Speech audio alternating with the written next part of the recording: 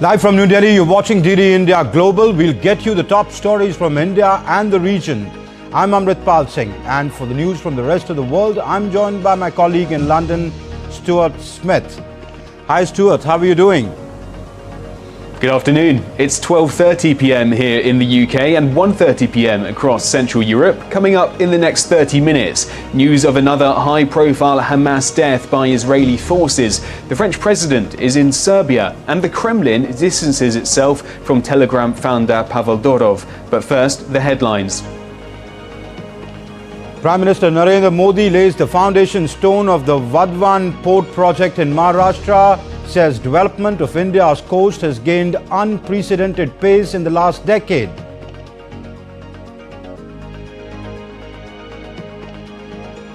European Union foreign and defense ministers meet in Brussels, press forward to secure aid for Ukraine from frozen Russian bank assets.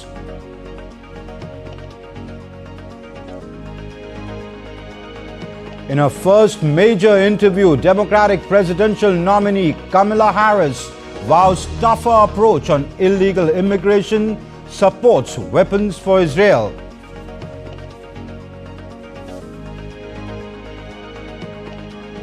India opens the medal tally with 2 medals in Paris Paralympics.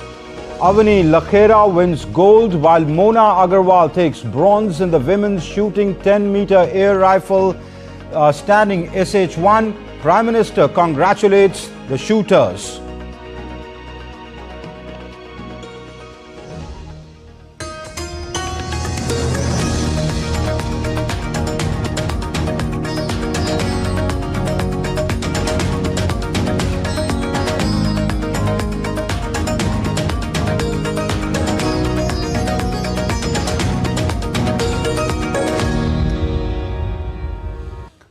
India's Prime Minister laid the foundation stone of the Vadhavan port in the Palghar district of western state of Maharashtra on Friday. The total cost of this project is around 76,000 crore rupees, and the port is one of the largest deep water ports of India. It aims to establish a world-class maritime gateway that will provide direct connectivity to international shipping routes, reducing transit times and costs. Maharashtra Chief Minister Eknath Shinde, the Deputy Chief Ministers Devendra Fadnavis and Ajit Pawar, Union Minister Sarbanand Sonowal felicitated Prime Minister Narendra Modi. The Vadhavan port project incorporates sustainable development practices with a focus on minimizing environmental impact and adhering to stringent ecological standards. Once operational, the port will enhance India's maritime connectivity and further strengthen its position as a global trade hub. 2014 में आप सबने हमें दिल्ली में सेवा करने का मौका दिया। 2016 में जब हमारे साथी देवेंद्र जी की सरकार आई, तब इस पर उन्होंने गंभीरता से काम शुरू करवाया। 2020 में यहां पोर्ट बनाने का फैसला भी कर लिया गया, लेकिन उसके बाद सरकार बदल गई और 2.5 साल तक फिर यहां कोई काम नहीं हुआ। आप मुझे बताइए, अकेले इस प्रोजेक्ट से यहां कई लाख करोड़ रुपए के निवेश का अनुमान है। यहां करीब 12 लाख रोजगार के अवसर पैदा होंगे। And Prime Minister also inaugurated 218 fishery projects worth around 1,560 crore rupees, aimed at bolstering the sector's infrastructure and productivity across the nation. These initiatives are expected to generate more than 5 lakh employment opportunities in the fisheries sector alone. Prime Minister also launched the national rollout of vessel communication and support system at a cost of around 360 crore rupees. Under this project, 1 lakh transponders will be installed in a phased manner on mechanized and motorized fishing vessels in 13 coastal states and union territories. And India's Prime Minister Narendra Modi hailed the country's growth in the fintech sector while addressing the Global Fintech Fest in Mumbai earlier today. Lauding the fintech revolution, the Prime Minister said that Indian fintech startups have seen 500% growth in the last 10 years. Prime Minister called for a global framework for the ethical use of AI and announced a fund of 1 lakh crore rupees for research and development. हमने देश में research और innovation को बढ़ावा देने के लिए 1 लाख करोड़ रुपए का फंड बनाने की घोषणा की है।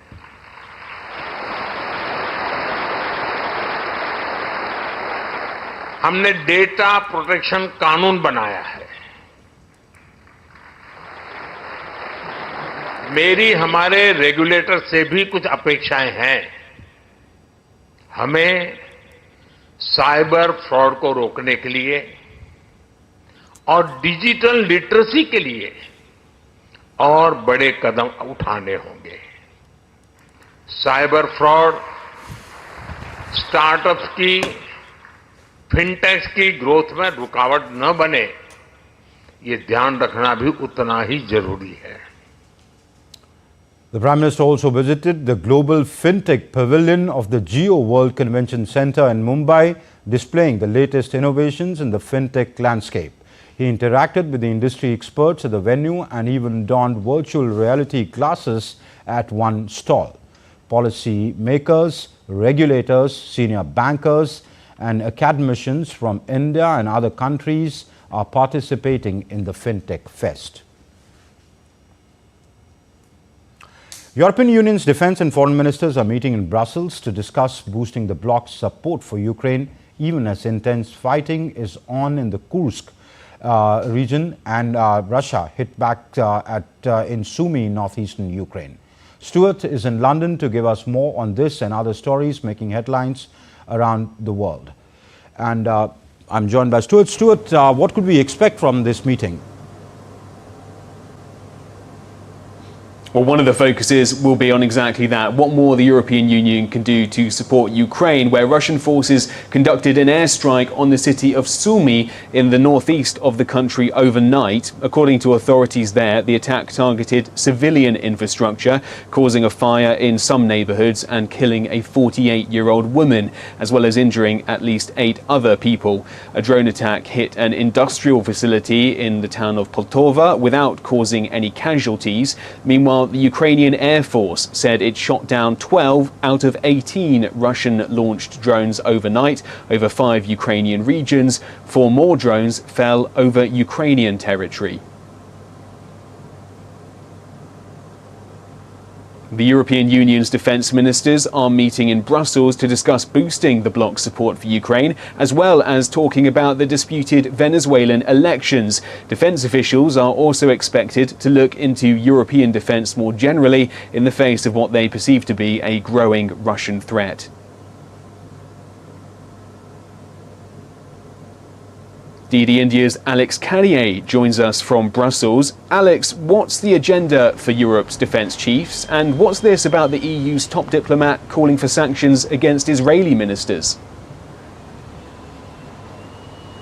Yeah, 2 different topics there. We'll start with the meeting happening in Brussels today, Stuart. That big focus on Ukraine. You said it yourself. We heard from Josep Borrell, the EU's top diplomat. That is the big issue for the defense ministers, looking at whether or not to allow Ukraine to hit deep into Russian territory, to hit military targets deep into Russian territory. The EU will not be the decision maker here, but certainly those individual member states being brought together, meeting with the Ukrainian defense minister Rustem Umerov, who is in Brussels with those ministers, who wants those restrictions lifted, particularly when it comes to French longer-range missiles as well as British ones, restrictions lifted to allow them to hit Russian military targets deep into Russian territory to prevent the kind of bombardment we've seen in Sumy, to prevent what they're describing as attacks on Ukrainian civilian infrastructure, against residential buildings, against Ukrainian cities. So that will be a big question. We heard the Dutch defense minister just saying this morning that the Netherlands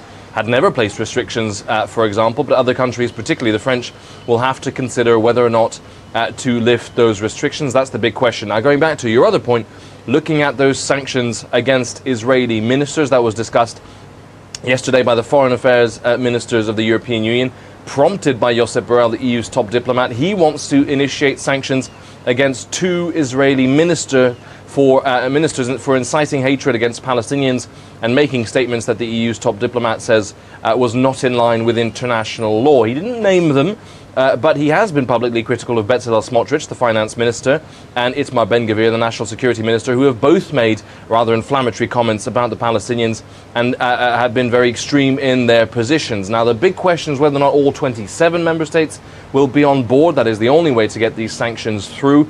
But certainly that debate will be raging on for a while, Stuart. Alex Carrier, thank you very much from Brussels.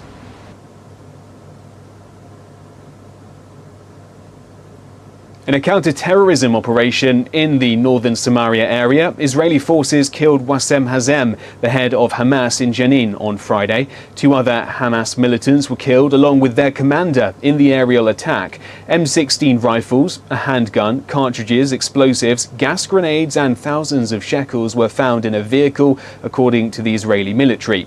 Hazem was allegedly involved in carrying out and directing shooting and bombing attacks in the Judea and Samaria area.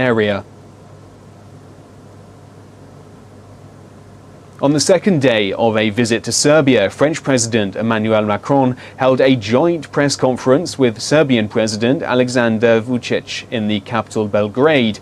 A landmark agreement was signed by Serbia for the purchase of 12 new Rafale fighter jets worth $2.99 billion from France. The deal signed by Serbia's defense minister aims to bring a significant increase in the operational capabilities of the Serbian military. Za nas je velika vest kupovina Rafale. For us, this is big news, the purchase of Rafale, and you will see that we will be completely open with you. The contract has been signed with complete auxiliary logistics package, spare engines and parts. The total value of the contract is $2.99 billion, 12 brand new planes which will be owned by the Republic of Serbia. Ali ste izdvojili celo popodne I do Bog zna do kad u noć. Cette autonomie stratégique. This strategic autonomy can be strengthened together by enhancing our security. It is not exclusive to the European Union. It also exists within the European Union political community and with countries that aim to join the European Union.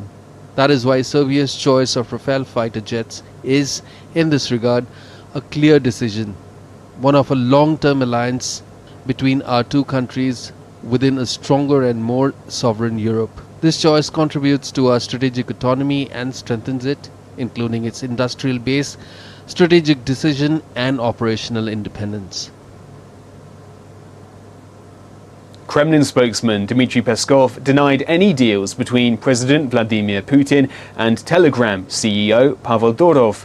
Speaking at the briefing, the Kremlin spokesman stated that, to the best of his knowledge, Putin has never met Durov. This statement comes in the wake of a French judge initiating a formal investigation into Durov on Wednesday for suspected complicity in running an online platform that allows illicit transactions, child sex abuse images, drug trafficking, and fraud.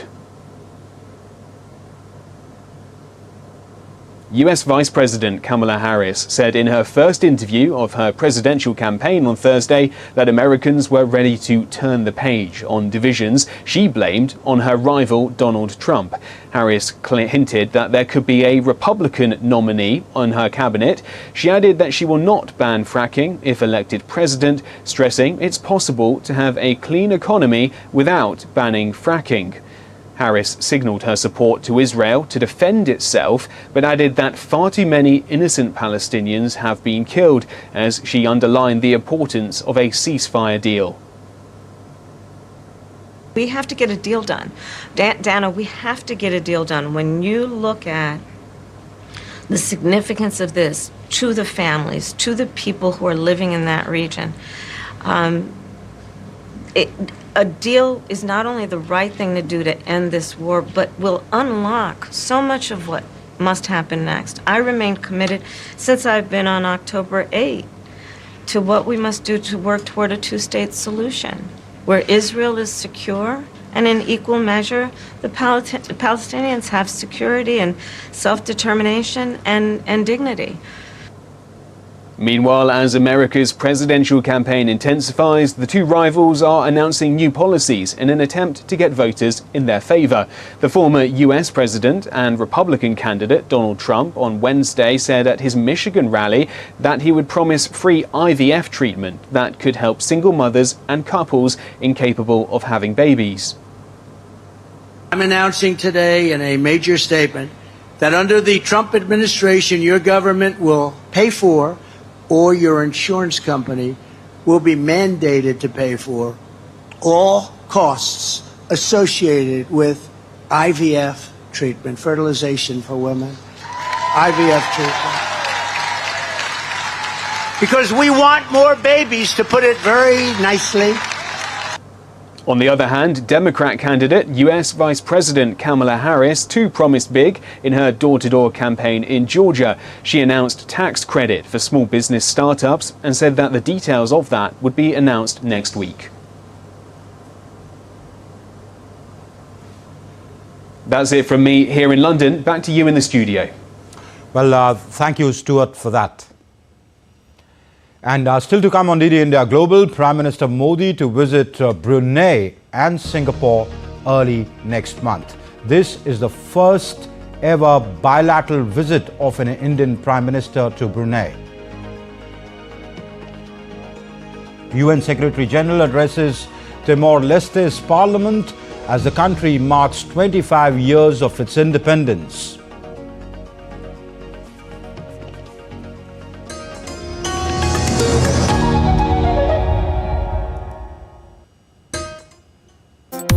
Complex issues, hidden agendas, twists and turns, strategic games. We think all dots are linked. We just need to connect them. Join me every week as I connect the dots to unravel hidden designs in statecraft, mysteries, and decode issues that matter to you. Watch Connecting the Dots with me at these times on DD India.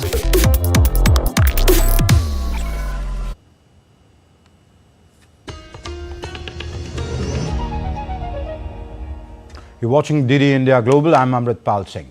Well, India's Prime Minister Narendra Modi will be visiting Brunei on the 3rd and 4th of September. This will be the first ever bilateral visit by an Indian Prime Minister to that country. Prime Minister Modi will thereafter travel to Singapore on the 4th and 5th of September. This was stated by India's External Affairs Ministry spokesperson Randeep Jaiswal during a briefing in New Delhi.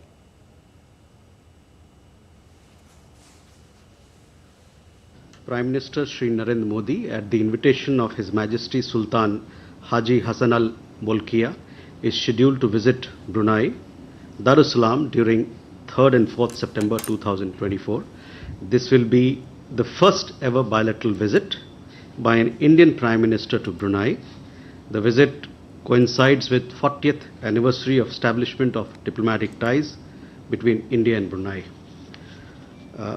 From Brunei, the Prime Minister will thereafter visit Singapore on 4th and 5th September 2024 at the invitation of Prime Minister His Excellency Mr. Lawrence Wong of Singapore.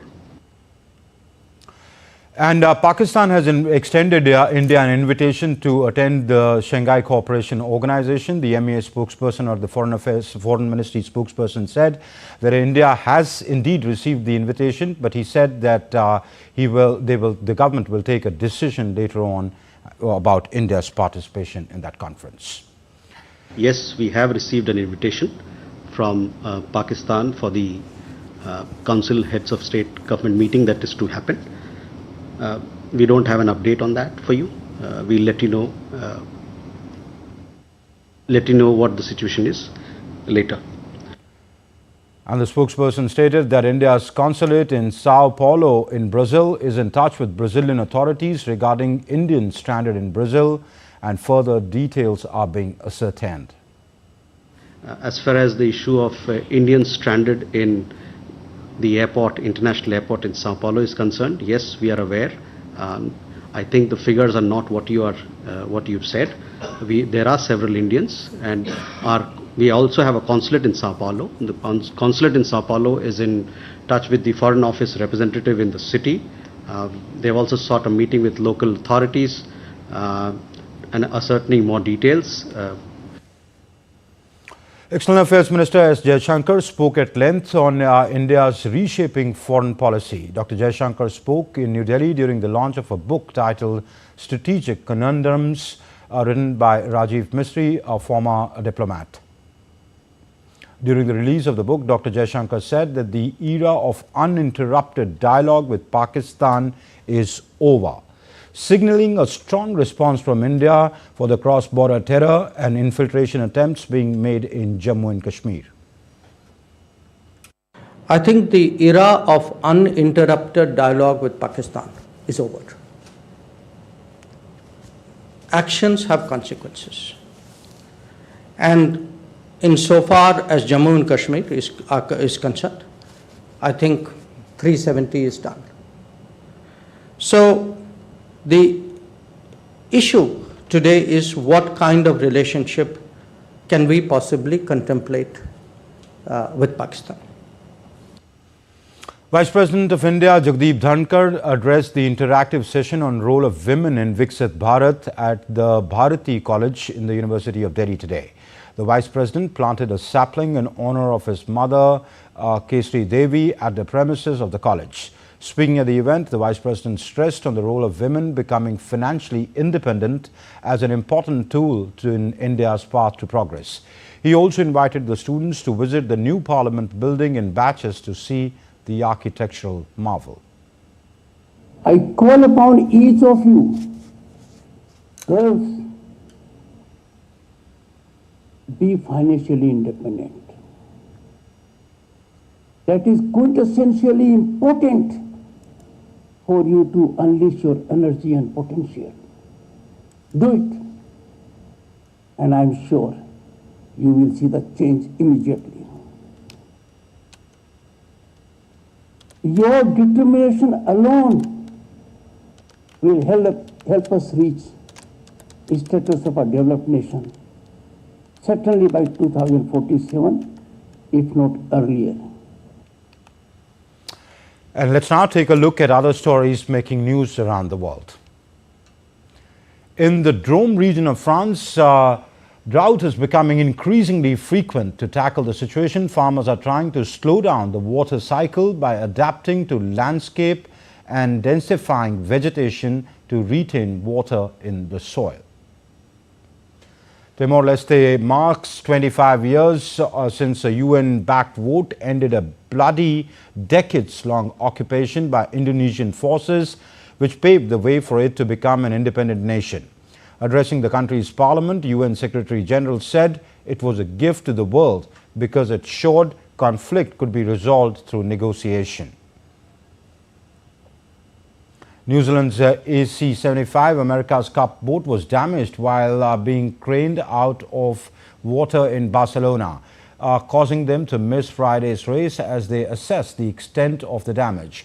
All team members are safe and the boat is secured for overnight evaluations, with repairs underway for America's Cup campaign. India opened their medal tally at the Paris Paralympics in style with 2 medals in shooting on Friday. Avni Lakhera won the gold medal while Mona Agarwal won the bronze medal in the final of the 10-meter air rifle standing SH1. Avni Lakhera not only defended her gold medal in the event that she had won at Tokyo, she also bettered her record of 249.6 that she had set 3 years ago with 249.7. This is Avni's second gold medal in Paralympics. Earlier, the duo finished in the top 8 in the qualification. Lakhera, who won the gold medal at Tokyo, stormed into the shooting final after finishing second in the qualification event with a total score of 625.8. Prime Minister Narendra Modi congratulated Avni Lakhera on her historic triumph. Prime Minister Modi also extended wishes to Mona Agarwal on her bronze medal. The streets of New York were alive with flavors of Japan as thousands from across the country gathered for Japan Fest, an outdoor food festival celebrating Japanese cuisine. Festival organizers are describing it as the world's largest Japanese outdoor food event. And that's it in this edition of DD India Global, but do let us know your thoughts on the news of the day.